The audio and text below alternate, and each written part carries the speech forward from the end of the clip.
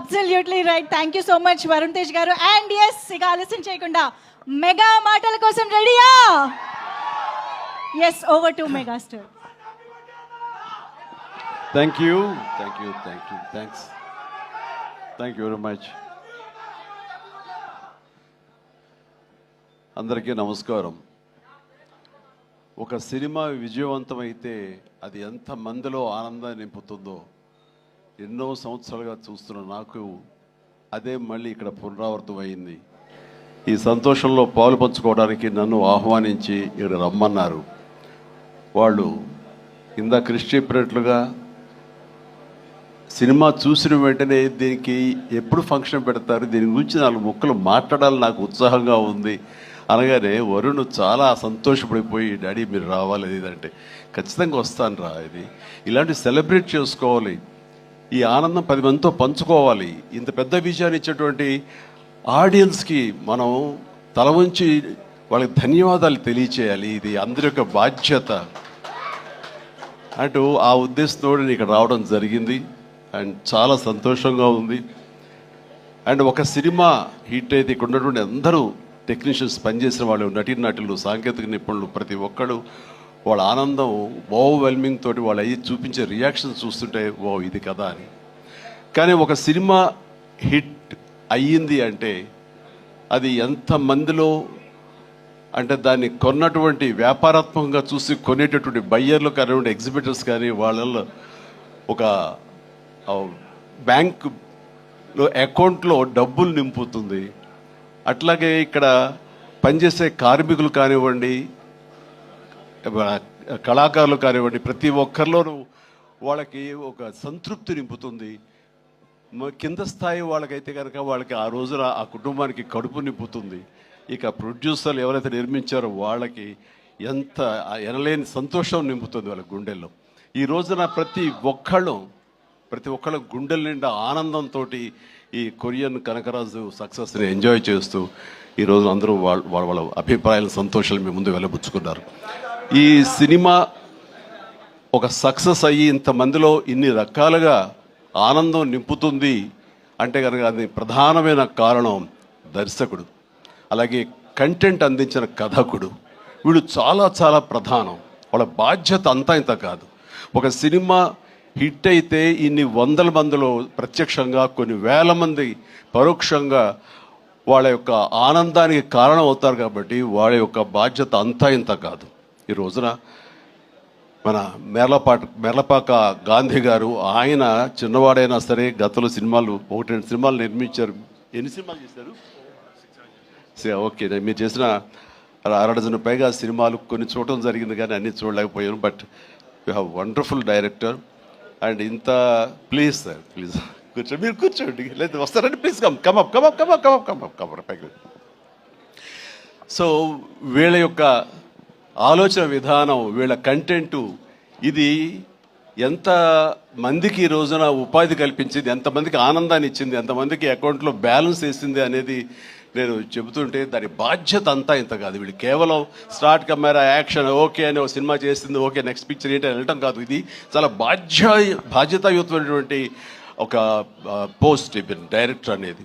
So ఆ రకంగా పూర్తి స్థాయిలో ఈ సినిమా విజయవంతం అవటం కోసంగా ఎన్ని అడ్డంకులు వచ్చినా సరే, ఎన్ని ఆర్థిక సమస్యలు వచ్చినా సరే, ఎన్ని రకాల వచ్చిన వాటిని అధిగమించి ఒక కాన్ఫిడెన్స్ తోటి, సినిమా మీద నమ్మకంతో సినిమా విజయం ముందుగానే ఊహించి ఈ స్థాయికి తీసుకురావడానికి కారణమైనటువంటి మేర్లపాక గాంధీ గారిని నేను మనస్ఫూర్తిగా అభినందిస్తున్నాను. ఇలాంటి ఈ ఉత్సాహాన్ని, ఈ యొక్క దీన్ని ఫ్యూల్ లాగా చేసుకుని గుండెల నిండా నింపుకుని మరింత ఉత్సాహంగా మీరు ముందుకు వెళ్ళాలని, మరెన్నో హిట్స్ ఇవ్వాలని, పరిశ్రమ ఆ రకంగా మీరు సేవలు అందివ్వాలి. మీరు అంత అభివృద్ధిలోకి వెళుతూ పై స్థాయికి వెళ్ళేందుకు మీరు అన్ని రకాల కృషి చేయాలి. దానికి మీ కమిట్మెంట్, మీ కష్టపడే తత్వం అండ్ ప్రొడ్యూసర్ పట్ల బాధ్యత, మీ మీద ఆధారపడే ఎంతోమంది పట్ల మీ యొక్క రెస్పాన్సిబిలిటీ, ఇవన్నీ కూడా మీరు మైండ్లో పెట్టుకుని మంచి కంటెంట్లతోటి సినిమాలు తీయాలని మనస్ఫూర్తిగా ఈ సందర్భంగా నేను చేస్తున్నాను.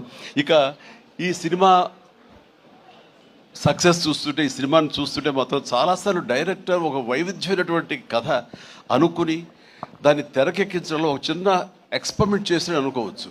అండ్ హారర్ కామెడీ అనేది చాలా వచ్చినాయి, గతంలో కూడా వచ్చినాయి. కానీ దీంట్లో ఒక ఫ్లేవర్, కొరియన్ ఫ్లేవర్ పెట్టడం అనేది వండర్ఫుల్ థాట్ అది. ఇప్పుడు ప్రతి వాళ్ళు కే పాప్ అని, కే డ్రామా అని, మన కొరియన్ సినిమాలని వాటి ఒక దీంట్లో మన ఓటీటీలో వాళ్ళందరూ చూస్తూ కొరియన్ పట్ల ఒక రకమైన మక్కువ పెంచుకున్నారు యూత్.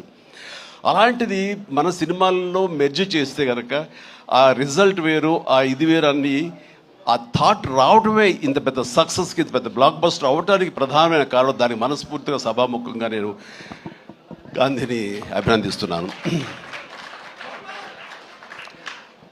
అండ్ ఈ సినిమాలో ఇంత రసవత్తరంగా సాగింది, ఇంత కమర్షియల్గా ఇంతమందిని ఆకట్టుకోగలిగింది అంటే ప్రధానంగా వరుణ్ తేజ్ ఇక్కడ నేను ఏది మాట్లాడిన ఒక బిడ్డగా కాదు, ఒక వైవిధ్యం వెల్కమ్ చేసి కేవలం ఒక సేఫ్ జోన్ కాకుండా రిస్క్ అయితే అయ్యింది, నేను అందరిలాగా కాకుండా వెరైటీగా వెళ్తూ ఉండాలంటూ ఆ కోరిక మేరకు, ఆ యొక్క జిజ్ఞాస మేరకు క్రిస్ గారి ఆయన కంచె నుంచి చేసిన, అంతకుముందు ఆ సినిమా ఫస్ట్ సినిమా ముకుందా చేసిన ఒక్కొక్క సినిమా, అలాగే స్పేస్ నేపథ్యంలో అంతరిక్షం చేసిన, ఇలా ప్రతి సినిమా చూస్తుంటే ఒక్క సినిమాలో కనిపించడం మరో సినిమాలో కనిపించలేదు. ఇప్పుడు మనం అందరూ ఏవి చూసాము, డిఫరెంట్ గెటప్స్ తోటి వెళ్తూ ఆ చేసిన ఆ కొన్ని సినిమాలు కూడా వైవిధ్యం చూపిస్తూ ముందుకు వెళ్తున్నాడు అని అంటే కనుక అతను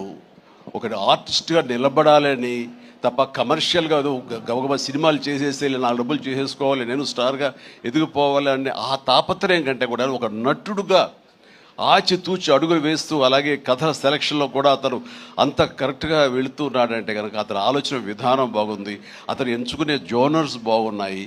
వాటి కోసం లేట్ అయినా పర్వాలేదు, అందులో కొన్ని విజయవంతం అవుతాయి, మరికొన్ని అపజయానికి అవ్వచ్చు. కానీ నీ వరకు నువ్వు మాత్రం నువ్వు తీసుకున్న ఆలోచన విధానంలో కానీ, నువ్వు ఎన్నుకున్న క్యారెక్టర్స్ కానీ, అందులో నువ్వు పోర్ట్రే చేసిన విధానం కానీ, నువ్వు అందులో చూపించిన నటన కానీ, నీ వరకు నువ్వు ఎప్పుడూ ఫెయిల్ అవ్వలేదు. ప్రతి సినిమాకు నువ్వు విజయం సాధిస్తూనే ఉన్నావు. ఆ సినిమా కొంచెం వెనకంజ వేసిందంటే ఆ తప్పు నీది అవ్వదు. కాబట్టి వరుణ్ ఇదే ధైర్యంతో, ఇదే కాన్ఫిడెన్స్ తోటి ముందుకు వెళుతూ ఉండు. ఒక వెర్సటైల్ యాక్టర్గా నువ్వు ఇక్కడ ఈ స్థానం సుస్థిరం చేసుకుంటావు. All the very best. And ముఖ్యంగా ఇక్కడ ఈ సినిమా సక్సెస్ అవ్వడానికి మీ అందరూ కారణమైనా సరే, జస్ట్ చిన్న పర్సనల్గా మాట్లాడుకుంటాను. అండ్ మావాడు ఇది తన సక్సెస్ అనుకుంటున్నాడు, ఇది నీ ఖాతాలో వేసుకోవద్దు వరుణ్, ఇది మన బుడ్డోడు వాయు తేజ్ ఖాతాలో వేయి. నీ లక్కీ చామ్ వాడు.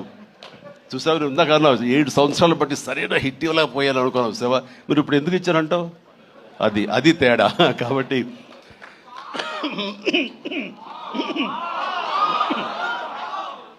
మా లక్కీ చామ్ వాయువు.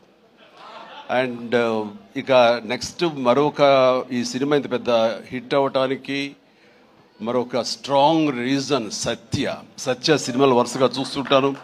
సత్య ఇక్కడ లేడు పాప, అన్ఫార్చునేట్. రావాలని చాలా ఉత్సాహంగా ఉన్నాడు, నాకు చెప్పాడు మనవాడు. అండ్ బిజీగా ఉన్నాడు. ఓకే, ఇలాంటి ఈవెంట్స్ రాకపోయినా సరే ఇది ఎలాగైనా చూస్తాడు తను. ఈ పాటికి లైవ్ చూసేస్తుంటాడు. సత్య నువ్వు చూస్తుంటావు, నాకు తెలుసు, అర్థమైంది. ముందు నీకు షూటింగ్ ఉంది, అక్కడ షార్ట్స్ ఉన్నాయి, తర్వాత చూసుకోవచ్చు, షార్ట్లోకి వెళ్ళు. ఈ సినిమాలో చాలా బాగా చేసావు. ఎంత అంటే ఏంటి తను అని చెప్పేసి నీ కోసం ఈ సినిమా మరొకసారి కూడా చూడాలంత బాగా చేసావు. నువ్వు నాతో పాటు యాక్ట్ చేసినప్పుడు కూడా నేను అబ్జర్వ్ చేస్తుంటే నీకు లిమిటేషన్స్ లేవు నువ్వు. అండ్ ఆ క్యారెక్టర్ పరంగా నువ్వు ఆ హద్దులు లేకుండా నీ మనసుకు ఏది అనిపిస్తే నీకున్నటువంటి ఆ మిమిక్ టాలెంట్ తోటి దీన్ని అల్లుకుంటూ వెళ్ళిపోతుంటావు, కొత్తగా చేయడానికి ప్రయత్నం చేస్తుంటావు. అది నీ బలం. కాబట్టి ఎలాంటి ఇన్హిబిషన్స్ లేకుండా నువ్వు చేసే విధానం ఉంది, అది ఒక వైవిధ్యంగా ఉంటుంది. ఇంతమంది చేత అలరించబడుతుంది, ఇంతమంది చేత ఆకర్షించబడుతుంది. వాళ్ళందరూ ఆశీస్సుతోటి ఇదిగో ఇలాంటి విజయాలు నీ యొక్క ఖాతాలో చేరుతూ ఉంటాయి. ఆ రకంగా నువ్వు చూపించినటువంటి ఈ కామెడీ నాకు మళ్ళీ చూడాలనిపిస్తుంది. అంత బాగా చేసావు. అఫ్కోర్స్ మనం చేసినప్పుడు కూడా నువ్వు నీ అభిమాని అండి అంటూ గతంలో మీరు ఎట్లాగా నా సినిమాల కోసం ఎన్ని చూస్తుంటావు అండ్ అవన్నీ చెప్తూ ఉంటావు, వింటూ ఉంటాను. కానీ నాకు నువ్వు ఆనందం ఇచ్చాకంటే నా శిష్యుడిగా కానీ నా అభిమానం కానీ నా అభిమాని ఇంత స్థాయిలో ఉన్నాడన్న ఆ గర్వం ఉంది సేవ, అది నేను కొన్నా సరే ఎలాగైనా నేను మాటలు వచ్చి చెప్పలేను, అంత ఆనందంగా ఉంది. ప్లీజ్ కీప్ రాకింగ్, మీరు ఇట్లా ముందుకు వెళ్తుండాలి, కానీ సినిమాలు మరెన్నో చేస్తుండాలి. అండ్ ఈ సినిమాకి ఇంజనీర్ మన గాంధీ అయితే ఐరన్ పిల్లర్స్ మన వరుణ్ తేజ్. ఈ ఐరన్ పిల్లర్ నిలబడి ఒక కన్స్ట్రక్టివ్గా ఒక కన్స్ట్రక్షన్ ఉండాలి అంటే కనుక ఆ కాంక్రీట్ ఈ రోజున సత్యాన్ని నా విశ్వాసం, నాకు అలా అనిపిస్తుంది.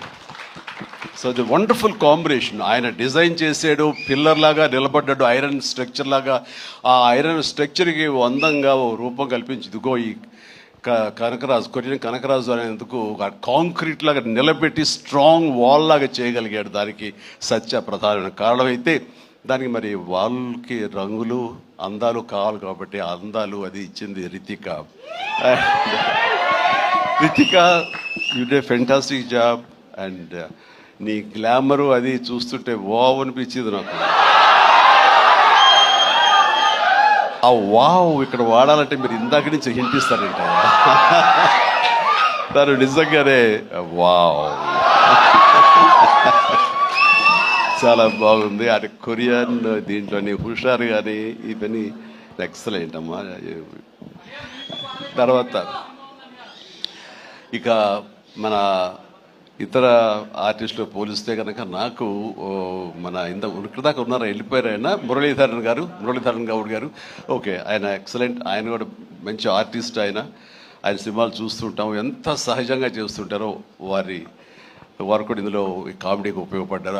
అండ్ ఈ సినిమా విలేజ్ నుంచి ఇక్కడి నుంచి ఇండియా నుంచి ఫారిన్ వెళ్ళిన తర్వాత చూస్తుంటే ఒక కొరియన్ ఫిల్మ్ చూసినట్లే ఉంది, అంత బాగా ఉంది. దీనికి చాలా ఖర్చు అయి ఉంటుంది కదా అనుకున్న తర్వాత నేను ఎంక్వైరీ చేస్తే చాలా బడ్జెట్, చాలా లిమిట్ తోటి, బడ్జెట్ కన్స్ట్రైన్ తోటి, వాటితోటి కూడా ఆయన అది చేయగలిగి ఆ ఫీలింగ్ ఇవ్వగలిగాడంటే నాకు చాలామంది ఈ ఒక్క విషయంలో మనం నేర్చుకోవాలి. అంటే ఖర్చు పెడితేనే అది కనపడుతుంది తెర మీద అనే భావంతో కాదు, నువ్వు ఇక్కడ అనుకోవాలి, నీ మైండ్లో అనుకోవాలి, ఈ విజువల్స్ మీద నీకు ఉండాలి, ఎడిటింగ్ సెన్స్ ఉండగలగాలి, డైరెక్టర్కి ఉండగలిగితే కనుక ఇలా రావాలి అంటే ఏమేం చేయాలని నువ్వు ఎక్సర్సైజ్ చేసుకుంటే కనుక అండ్ అవి ఇక్కడే సాధ్యపడుతుంది. ఈ రోజునటువంటి ఈ విఎఫ్ఎక్స్లో కానివ్వండి, మనకున్న టెక్నికల్ ఎక్సెస్తో కానివ్వండి, మనకి ఇచ్చిన ఆర్ట్ వాళ్ళ సపోర్ట్తో కానివ్వండి, చాలా చేయొచ్చు. కాస్ట్ ఎఫెక్టివ్ తోటి చాలా బాగా చేయొచ్చు. ఈ సినిమా అందరూ ఊహించడం అంత రిచ్ సినిమాగా ఉంది కదా, కొరియా వెళ్ళిపోయి చేస్తారంటే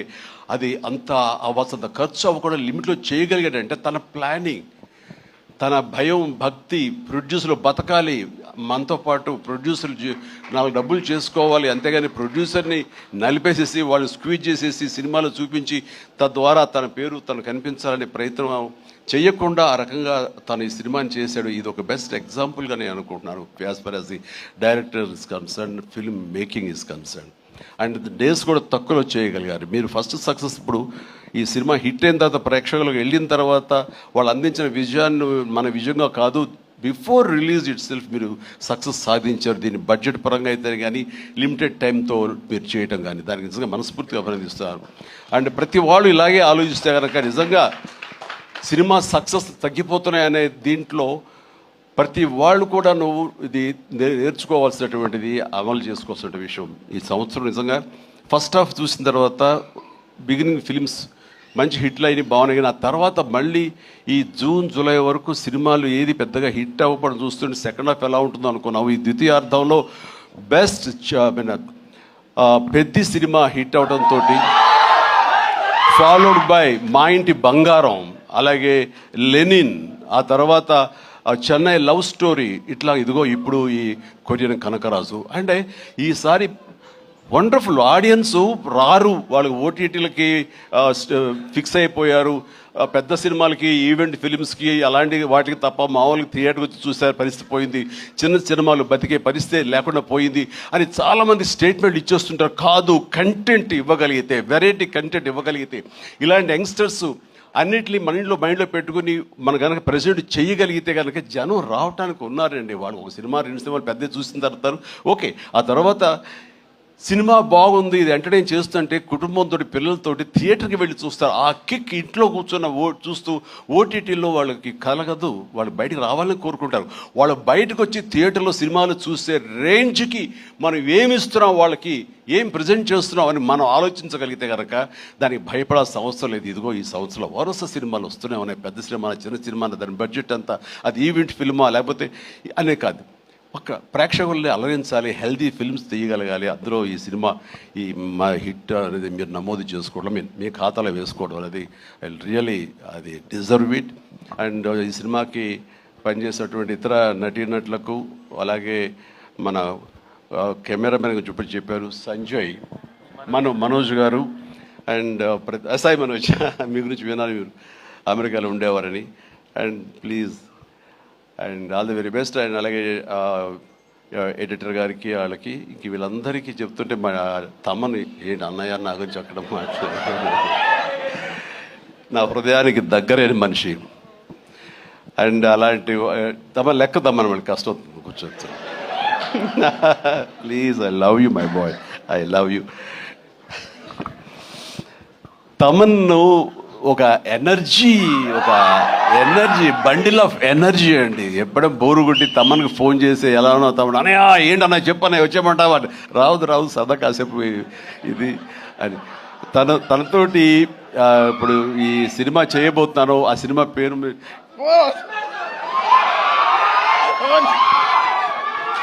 చెప్పలేదు, చాలా హోల్డ్ చేసుకుంటున్నాను. కొంచెం కూడా వద్దంటవా, ఫస్ట్ లెటర్ ఫంక్షన్కి వచ్చే ముందరే బాబీ చెప్పి మరి పంపించాడు, నేను జాగ్రత్త చూసుకో. ఓకే, వాళ్ళకి హింట్ ఉన్నప్పుడు ఆపుకోలేకపోతున్నాను, బలవంతంగా ఆపుతున్నాను చెప్తాను. Okay, all right. అండ్ ఇందాక డైరెక్టర్ గారు అన్నట్లుగా మేము ఒక బొమ్మను తయారు చేసావు, దానికి ప్రాణం పోసావు నువ్వు అని. నిజంగా ప్రాణ ప్రతిష్ఠ చేసేటటువంటి అద్భుతమైనటువంటి ఒక టెక్నీషియన్ మనం తమన్. నేను ఇదే మాట అన్నాను, మాకు ఈ సినిమా అన్ని రకాలుగా మేము చేసాము అని. నాకు ఈ మధ్యకాలంలో మేము చేసినటువంటి గాడ్ ఫాదర్ సినిమాలో, అండ్ తమన్ నిన్ను నమ్ముతున్నాను, దీనికి ప్రాణ ప్రతిష్ఠ నువ్వు చెయ్యాలి, దీనికి ప్రాణం పోయాలి, దీనికి ప్రాణం నువ్వే అవ్వాలి అని అన్నందుకు ఆ సినిమాలో తను చేసి ఆ బీజిఎమ్స్ అవి అంత అత్యద్భుతంగా ఇచ్చాడు ఆ సినిమాలో. అండ్ దానికి ఇప్పుడు మళ్ళీ ఈ సినిమా మన రాబోయే కొత్త సినిమా 158 అలాగే అంతా కష్టపడి కంగారు అదే ఛాన్స్ ఇవ్వట్లేదు.